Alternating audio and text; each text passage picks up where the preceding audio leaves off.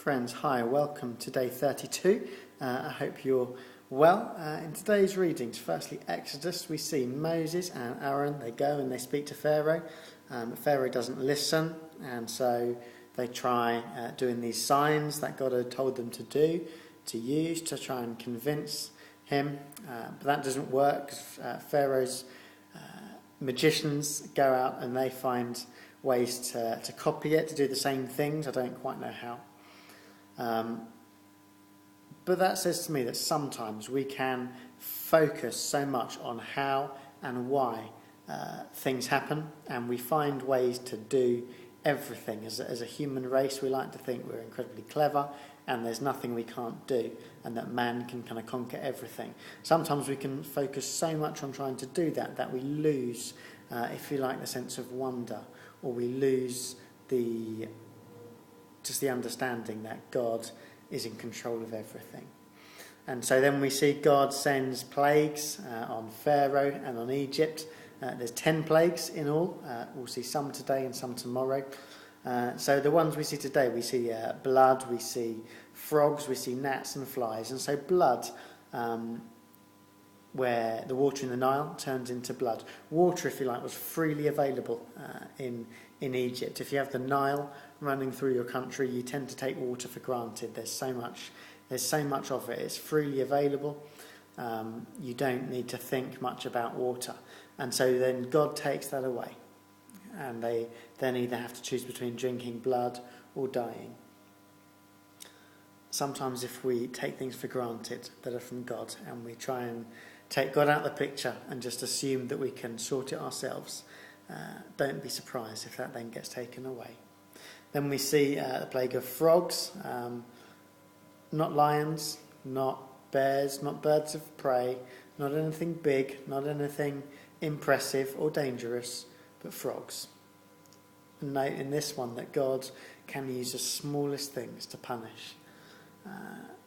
Nobody could get away from the frogs. They'd be in their beds, they'd be in their cupboards, wherever they went. When they went to sit in a corner, there would be frogs there. There was nowhere that was safe, if you like. There was nowhere that anyone could go to hide or to get away from the frogs.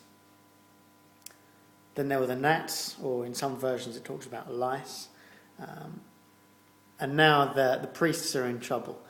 Because if you like, they had to ensure that no vermin or anything like that was around or was amongst them. And so now the priests and their rules are under attack. And this time it specifies that the magicians couldn't copy it. They couldn't come up with their own version of this one. And so at some point, sooner or later, however hard we try, all of us have to admit that God is God and we can't match him or beat him. On into Matthew, and today Jesus is talking about dead religion in the different parts of the passage today. And so firstly we see him having it out with the money changers and turning over the tables. And I think that's a warning that sometimes churches today can be more like businesses than churches. There can be so much going on in terms of selling merchandise and things like that, and a lot of churches look like they're just out to make money rather than to be a place of worship. And we need to be careful about that. And then Jesus goes on and he heals the blind and the lame, and there's children shouting praise, and the priests that were there didn't like it. It was against their tradition, it was against the regulations, it just wasn't the done thing. And again, there's a lot of that we see today as well. People aren't happy as soon as we step outside the box or we do things that aren't the done thing. People aren't happy. And yet there's a danger that if we just stay in the box, if we just stick to what's done because it's always been done, that we miss out on some of the purposes of God. And then we see Jesus walking along and he's hungry and he comes to a fig tree. Now, picture or put yourself in that scenario. You're hungry, you're walking along, and there's a fruit tree. And so you're looking forward to getting to the tree and finding fruit on it.